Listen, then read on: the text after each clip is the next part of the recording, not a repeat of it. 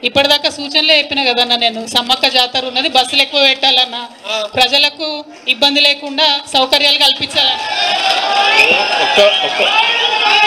ఒక్క నిమిషం.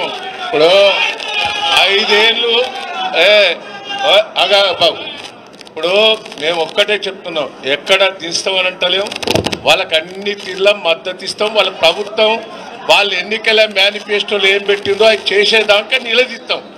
నిలదీసుడు ఖాయం, దాంట్లో ఏం లేదు. వాళ్ళు ఏదైతే ఎన్నికలలో ప్రకటించారో 100 ప్రకటించారో 100 చేసేదాకా నిలదీసి ఏర్పాటు చేస్తాం.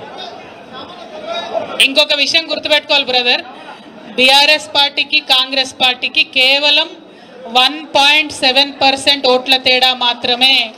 ఉప్పెనలాగా గెలుసుడు, ఏదో ప్రజలు మమ్మల్ని తిరస్కరించుడు అన్నది జరగలేదు. కన్ఫ్యూజన్లో లోకల్ ఇష్యూస్తోని అనేకమైనటువంటి అంశాలతోని ఇట్లా ప్రజల నిర్ణయం వచ్చింది. అయినప్పటికీ ప్రజల నిర్ణయాన్ని డెఫినెట్గా గౌరవిస్తాం, అన్ని రకాలుగా సహకరిస్తాం. మా నాయకుడు చెప్పారు 100 రోజులు సైలెంట్ ఉండమని, డెఫినెట్గా సైలెంట్గా ఉన్నాం. జరుగుతున్నటువంటి కార్యక్రమాల్లో ప్రజలు పడేటటువంటి ఇబ్బందిలో సూచనలు మాత్రమే చేస్తున్నాం, కార్యాచరణ ఏం చేస్తలేం. 100 రోజుల తర్వాత కార్యాచరణ ఉంటుంది. మేడం, మీ ఎమ్మెల్సీ రవీంద్రరావు ఇప్పుడు ఓడిపోయిన ఎమ్మెల్యేలు అంట కుక్కలు కూడా పరిగెట్టాయి అని చెప్పి కామెంట్ చేసిండు.